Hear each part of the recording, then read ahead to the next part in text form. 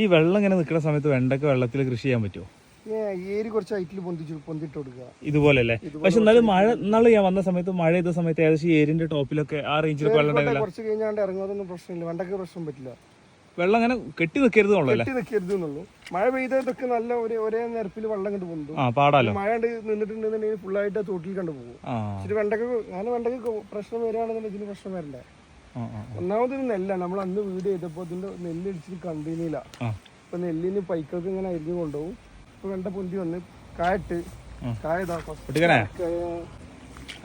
Harvest ചെയ്ത് തുടങ്ങിയ ഇന്നിപ്പോ ഫസ്റ്റ് ഉദ്ഘാടനമാണ്. ഇന്നാ അതായിട്ട് പൊട്ടിക്കാം. അപ്പൊ ഷീറ്റ് ഇടാത്തോണ്ട് കള അത്യാവശ്യം നല്ല പൊന്തിയല്ലേ?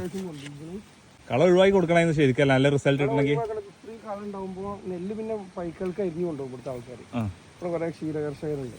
അപ്പൊ അവരങ്ങനെ അരിഞ്ഞു കൊണ്ടുപോകും. അപ്പൊ ഇടയിൽ നിന്ന് അവര് അരിയുന്ന കാരണം പിന്നെ നമുക്ക് കളവറി കുറച്ചോ കള പറിക്കേണ്ട ആവശ്യമില്ല. പിന്നെ വെണ്ടല്ല പൊന്തിക്കോളും. ഇത് വെള്ളം ഇത് ചാല് കയറി കൊടുത്താ ഇതങ്ങോട്ട് ചാലി കയറിയതാ. ഇപ്പുറത്ത് തോടുണ്ടല്ലേ? അപ്പുറത്തൊരു തോടുണ്ട്. ഈ തോട്ടിൽ ചെറിയ തോട്ടിൽ ഒരു വലിയ തോട്ട് കണ്ട് പാസ് ചെയ്യും. അപ്പൊ വെള്ളം മൊത്തം ഒഴിഞ്ഞു പോകും. അപ്പൊ മഴ നന്നായിട്ട് പെയ്യുന്ന സമയത്താണ് ഇവിടെ കെട്ടിക്കല്ലേ?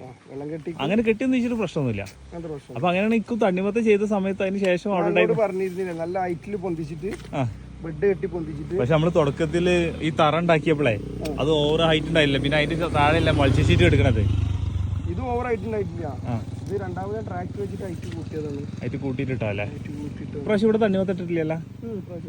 ഇത് ഏതാ ഇനം വേണ്ട? ഇത് രാധിക. ഓവർ ഹൈറ്റ് വെക്കൂല, ചെറുതായിട്ട് വരുന്ന. അവിടെ ചെയ്തിരുന്ന സാഹിബേന്ന്. കഴിഞ്ഞ രണ്ടല്ലോ ഞാൻ കണ്ടിരുന്നു. അന്ന് നമ്മൾ വന്ന സമയത്ത് എത്തി പിടിച്ചിട്ടാണ് ഒരു 6 അടിന്റെ മുകളിലൊക്കെ ഹൈറ്റ് എന്നൊക്കെ പൊട്ടിച്ചെന്നല്ല. കാറ്റടിച്ച് കഴിഞ്ഞിട്ടുണ്ടെന്നുണ്ടെങ്കിൽ വിഷയം വരച്ചിട്ടാണ് ഞാൻ വല്ല ഓവർ പൊന്താത്ത കണ്ടത്. എന്താ പാട് അറിയത് ഫസ്റ്റ് ആയിട്ട് ഞാൻ ചെയ്യാണ്. രാധിക വെറൈറ്റി അല്ലേ? രാധിക ഇങ്ങനെ വിളവെടുക്കുന്നിടത്തോളം കമ്പടം ഇങ്ങനെ പൊട്ടി അതുകൊണ്ട് വേണ്ട കൂടുതലായിട്ട് കൂടുതലാ. ഫസ്റ്റ് 1-2 ഹാർവെസ്റ്റ് 3 കിലോ കിട്ടിയാല് 2 ദിവസം ഒരാഴ്ച കഴിഞ്ഞിട്ടുണ്ടെന്നുണ്ടെങ്കിൽ അതൊരു 8 കിലോ 10 കിലോ ആവും.